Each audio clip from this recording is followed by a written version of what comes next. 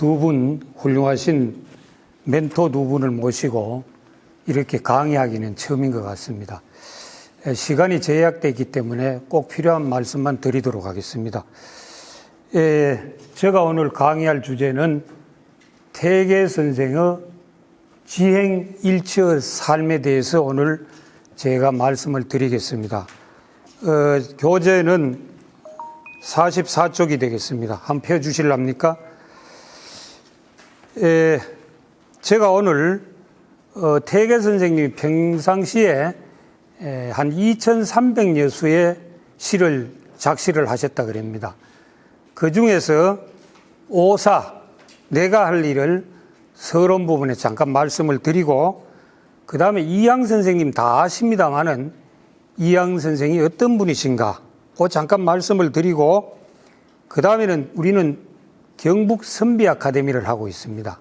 그래서 선비가 어떤 사람인가, 또 선비의 정신은 뭔가, 이것을 간단하게 말씀을 드리고, 그 다음에 사례 4가지를, 지행일처의 삶을 사신 사례, 실제 있었던 일 4가지가 될는지 모르겠습니다만은 빨리 한 말씀을 드려보도록 하겠습니다. 4가지를 말씀을 드리고, 마지막에 그러면 이 지행일처의 삶의 근원이 어디서 나왔는지, 어떻게 살았기 때문에 배운 걸 그대로 실천하셨는지, 거기에 대해서 제가 말씀을 드리도록 하겠습니다.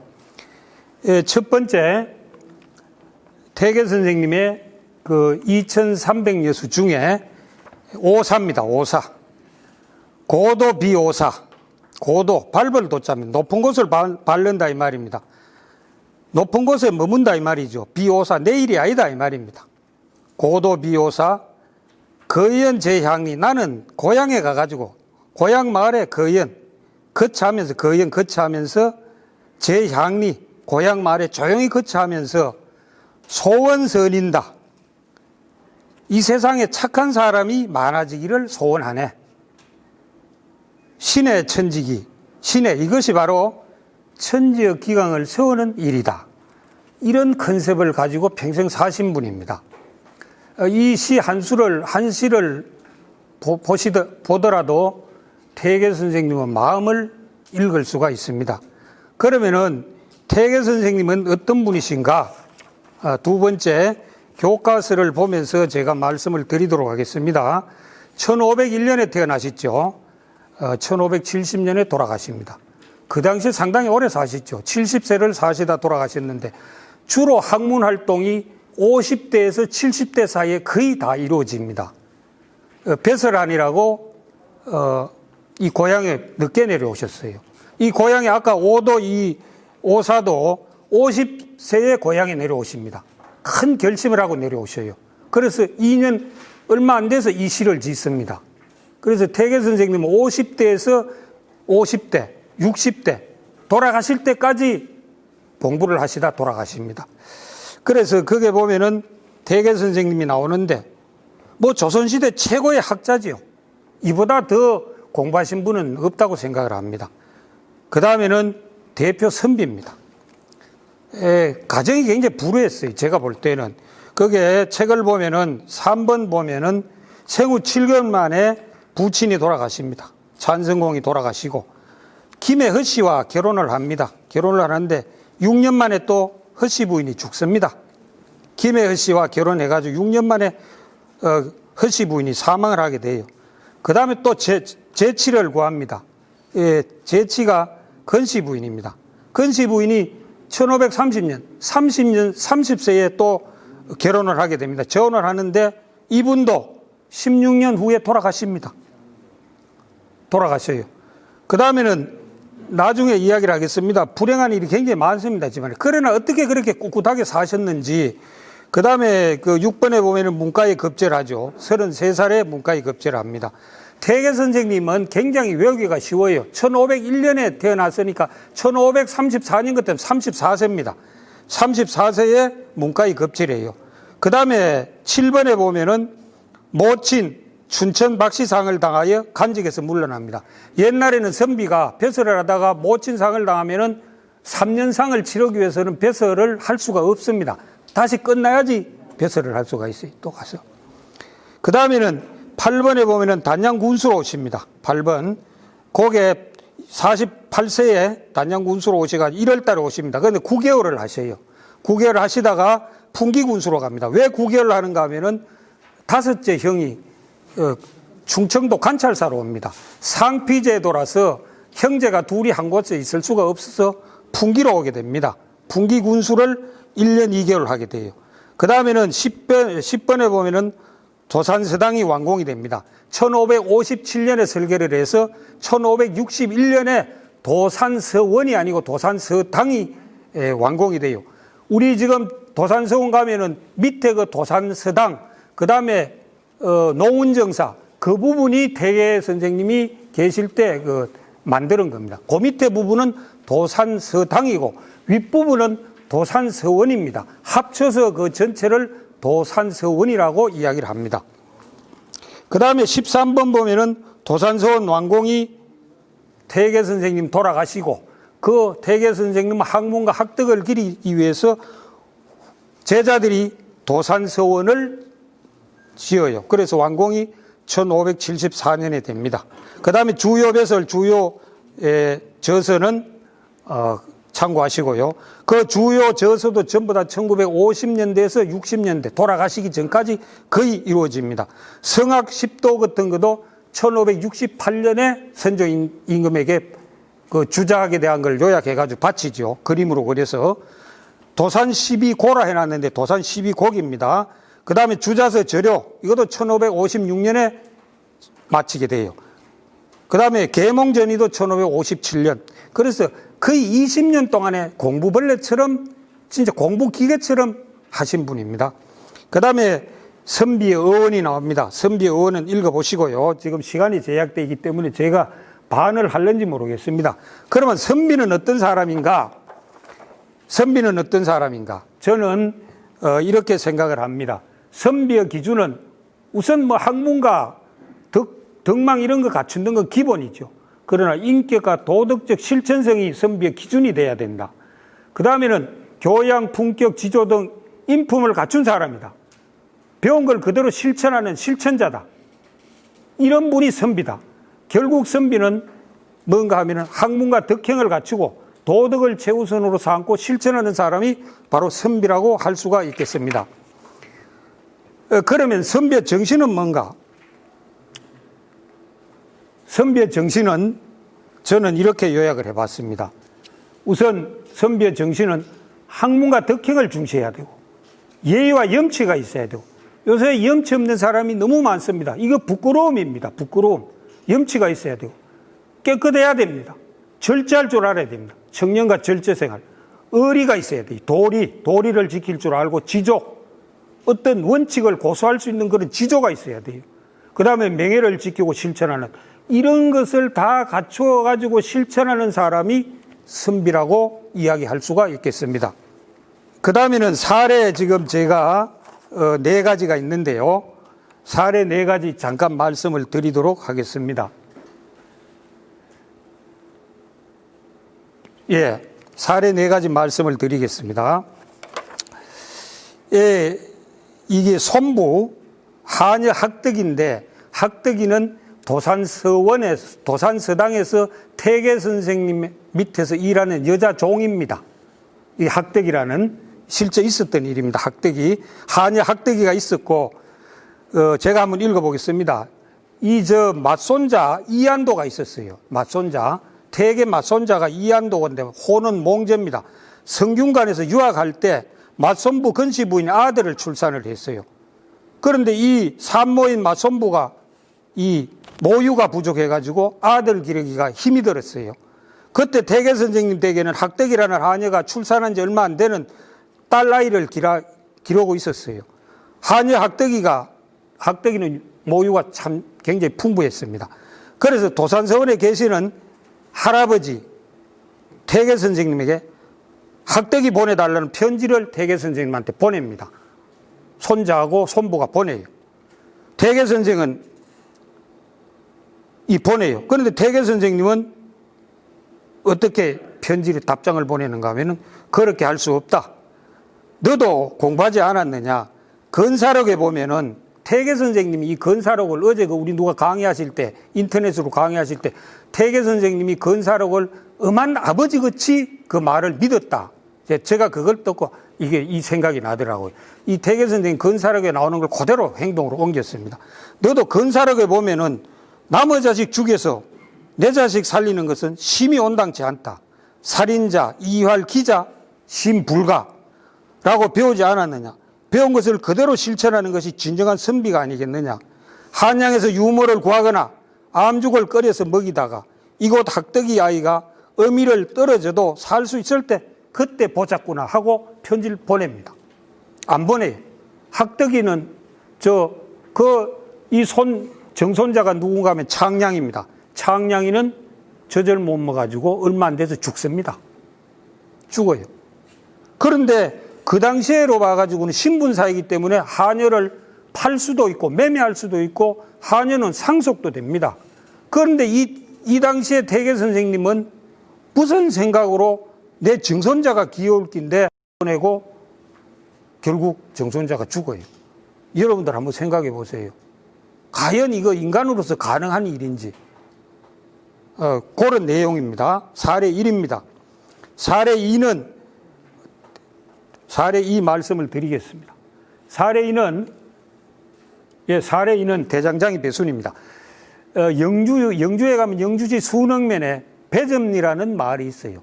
이 배점리라는 마을은 배순이 때문에 유래된 그런 지명입니다.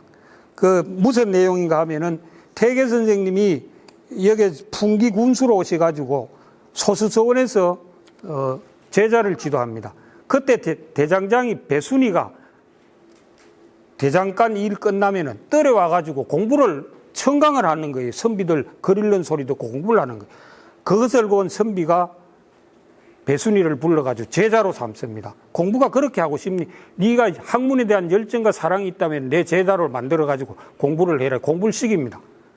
그래서 태계 선생님이 떠난 후에도 이 배순이는 그 대장장이니까 동상을 만들어 놓고 철상을 만들어 놓고 태계 선생님을 기리면서 공부를 열심히 했어요. 또 태계 선생님이 돌아가신 후에 3년 동안 상복을 입었습니다. 배순이가. 그 다음에는 선조 임금이 돌아가셨을 때도 국망봉을 보고 절을 하고 또 상복을 입고 3년을 그렇게 3년상을 또 치렀어요. 그래서 국가에서 그게 알려지니까 이제 뭘 세워줍니까? 정려비를 세워줍니다. 지금도 영주에 가면 그 정려비가 있어요. 그런 내용입니다. 그 다음에 배순이가 죽고 난 이후에 동네에서는 또 정려각을 세웁니다. 그래서 정려비, 정려각이 지금도 거기에 다 영주에 가면 있습니다. 아마 여기 영주 계시는 분은 아마 잘 아실 겁니다. 그 내용이고요. 사례 3입니다. 고봉, 유명하죠. 기대성 고봉. 고봉 선생님은 태계 선생님 돌아가셔서 비문을 쓰신 분인데 이 고봉 선생님하고 태계 선생님하고는 사단 7정 가지고 굉장히 논란이 많았어요. 그런데 편지를 8년 동안 117통을 주고받습니다. 주고받는데 그때 태계 선생님하고 고봉 선생은 나이차가 26입니다. 굉장히 가깝게 가기 어려운 관계였어요. 그 다음에 지휘차도 태계 선생님은 대사성을 지냈습니다. 지금으로 말하면 서울대 총장입니다. 대사성을 지내고 고봉은 갓 인제 뱃설에 출사하는 그런 선비였어요. 그 나이차도 많고 이것도 진짜 엄청난 그 지휘차도 있고 그 다음에는 태계 선생은 안동이 고향이고 경상북도 안동이 고향. 또 고봉은 전라도 강주고 또 성격차도 또 생각 차이도 엄청 달랐습니다. 그러나 편지를 주고받으면서 태계 선생은 자기를 낮추고 늘 상대를 존중했어요. 그 다음에 아주 정성을 들여가 조목조목 성실히 답장을 다 써가면서 자신을 낮추고 상대를 배려하는 그런 글을 썼습니다. 고봉 선생님한테는 나이가 26이나 낮은 아들 같은 그런 공은 또 자기는 황은 이황 황은 자기는 황이라 그러고 편지에 고봉은 보고 고봉이 태계 선생의 인품을 보고 반합니다. 그래서 아주 스승과 제자 사이가 돼요. 여러분들 생각해보세요. 우리 1년 후배도 보면 바로 첫날 바로 말을 하대를 합니다. 그런 친구들 많아요. 1년 후배 된다고 언제 봤다고 그냥 하대해요. 그런데 26이나 아래인 고봉한테 그렇게 공은, 황은 이렇게 하는 걸 보면은 우리가 참 배울 점이 너무 많다. 그래서 대개선생이 선조임금께서 대개선생 보고 인물 하나 추천해라 할 때 대개선생 고봉을 추천해 줍니다.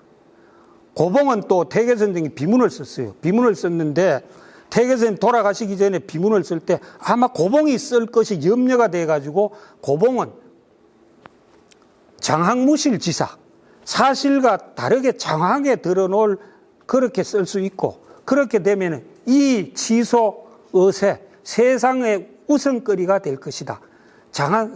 고봉이 비문을 안 썼으면 좋겠다는 그런 유언의 내용이 있습니다. 그런데 전부 고봉이 쓰라고 또 여러 사람들이 입을 막아 고봉이 쓰게 돼요. 고봉이 진솔하게 비문을 씁니다. 가식 없이 검소하게 써요. 고봉이 비문을 쓰고 나니까 자기도 좀 너무 미아를 안 시가이고 상당히 자기도 미안한 감이 있었던 것 같아요. 그래서 문집에다 남깁니다. 비문에 못다한 존경하는 마음을 문집에 남깁니다.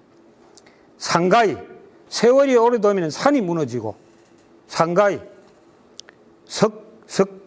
석가후 돌도 썩어가지고 흙이 되는데 오지 나는 안다.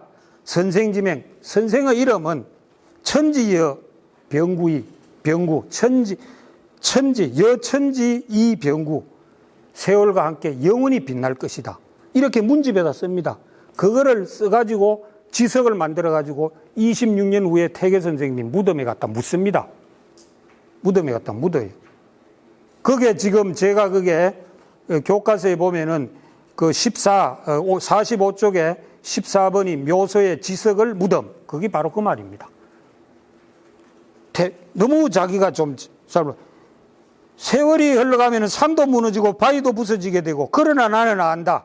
대개 선생의 이름만은 온 천지와 함께 영원하리라는 것을 나는 안다. 그걸 새기서 묻습니다. 단양 분기 군수입니다. 저게 단양 군수 그만두고 오실 때요. 빈손으로 오는데 이게 관졸이 3있죠. 3단을 짊어지고 오는 거예요.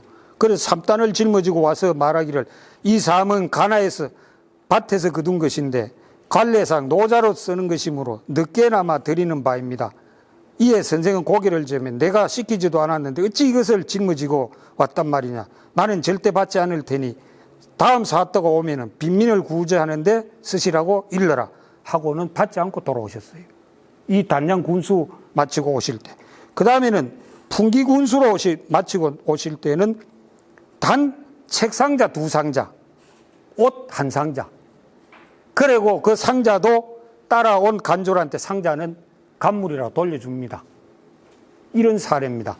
사례 4가지 제가 말씀을 드렸습니다. 그러면은 여기에 지행일저 삶은 이분이 좌우명이 뭔가 하면은 무불경입니다. 모든 사람 공경해라. 신기도 혼자 있을 때 조심해라. 사무사 삿된 생각을 하지 말아라. 무작위 자기를 속이지 마라. 이게 좌우명이기 때문에 좌우명 이거 살았어요. 좌우명. 그 다음에 선비정신으로 살았습니다. 경은 모든 것을 존경하는 걸 경이라고 그래요. 이 경어 정신으로 사신 분입니다. 그래서 이런 삶이 가능하지 않았느냐. 지금 그 종이 쳤기 때문에 넘어가겠습니다. 자, 그러면은 경은 뭐냐? 경은 이야기하면은 심이 신주입니다. 뭐뭐주의는 마음입니다. 뭐뭐주의는 마음이고, 그러면 마음어주의는 뭐냐? 경입니다. 경은 모든 것을 인간의 몸은 마음이 주재하고, 마음은 경이 주재한다. 마음이 흐트러지지 않고 스스로 탐욕에서 벗어나 본질적인 도심, 하늘에서 받은 마음이 도심입니다. 깨끗한 마음, 때묻지 않는 마음, 도심으로 하나가 되는 것을 경이라고 한다. 경 공부하는 방법입니다. 주일무적입니다. 주일무적이 뭔가 하면은 주일무적은 저게 나옵니다. 하나를 위주로 해서 다른 곳으로, 이 갈적자입니다. 다른 곳으로 가지 않도록 한다. 하나를 위주로 해서 다른 곳으로 가지 않도록 한다. 이러면은 경공부가 된다는 겁니다. 정제엄숙입니다. 마음하고 몸을 늘 엄숙하게, 몸가짐도 외모도 깔끔하게, 몸도 깔끔하게, 정리정돈, 정제엄숙, 상성성, 이거 영리할 성자입니다. 늘 마음이 깨어 있어라. 상성성.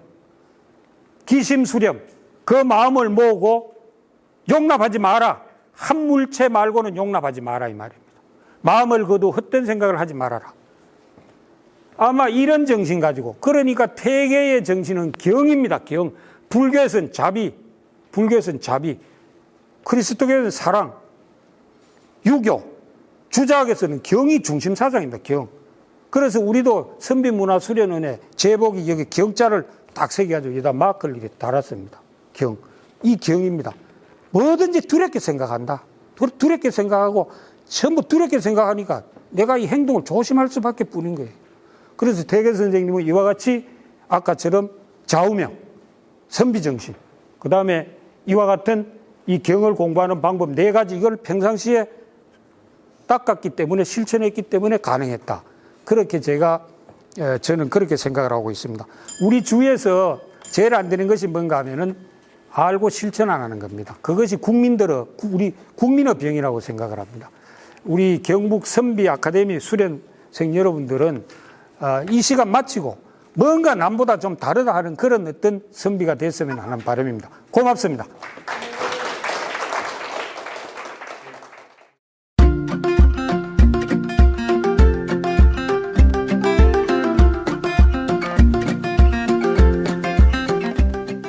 두 의미를, 즉 요거로 보면 지식과 행위가 다 갖춰진 분이라는 용어를 갖고 있는 게 선비라는 말이죠. 46쪽에 태계 선생의 읍참마속 같은 평등사상 실천 이렇게 하셨는데, 읍참마속을 여기에 갖고 오신 게 조금은 덜 맞는 것 같아요. 그래서 이건 다시 한번 생각해 보시고, 47쪽에 조선중기 영주순웅의 배점리라는 마을 하셨는데, 알고 계시겠지만 왜 배점리라 하느냐면 배순이라는 분의 그 이름이 일명 배점이라고도 알려져 있습니다. 배점 혹은 배순이랍니다. 태계 선생 근문제연록 문인록에 보면 배순으로 올라 있고 배점이라 올라 있고 관로하고 혹은 순이라 한다 이렇게 기재가 되어 있죠. 그래서 그 배점이라는 분이 살던 마을이다 해서 배점리라고 이야기를 합니다. 그 다음 그 뒷부분에 이렇게 보면은 그 고봉 선생이 태계 선생의 묘갈에는 겸허하게 좀 소박하게 태계 선생의 의도대로 적으시다 보니까 자신의 뜻을 다 못 적고 나중에 그 자기의 문집에 정말 하고 싶었던 얘기, 이 천지가 무너져도 태계 선생의 이름만은 영원히 남을 거다라고 하셨다라는 이 부분을 갖고 오셨는데 참 좋은 것 같습니다. 그 부분도 스님 강의와 관련해서 굉장히 설득력 있는 논지로 활용하시는 게 좋을 것 같고, 49쪽에 태계 선생의 수양 4개를 내셨는데 그 중에 신기독하고 무작위 이 2개는 선비의 자기 수양으로서 아주 많이 강조되는 정직 공부와 관계되는 문구입니다. 성악지묘에 보면 학시어 불기암실이라는 구절이 있습니다. 배움은 스스로를 속이지 않는 데서 나온다. 이게 이제 성리학 공부의 핵심인데 이 태계 선생이 스스로 휘호도 쓰시고 이 부분을 강조하셨다라고 하는 이 사례 제시도 좋은 것 같습니다.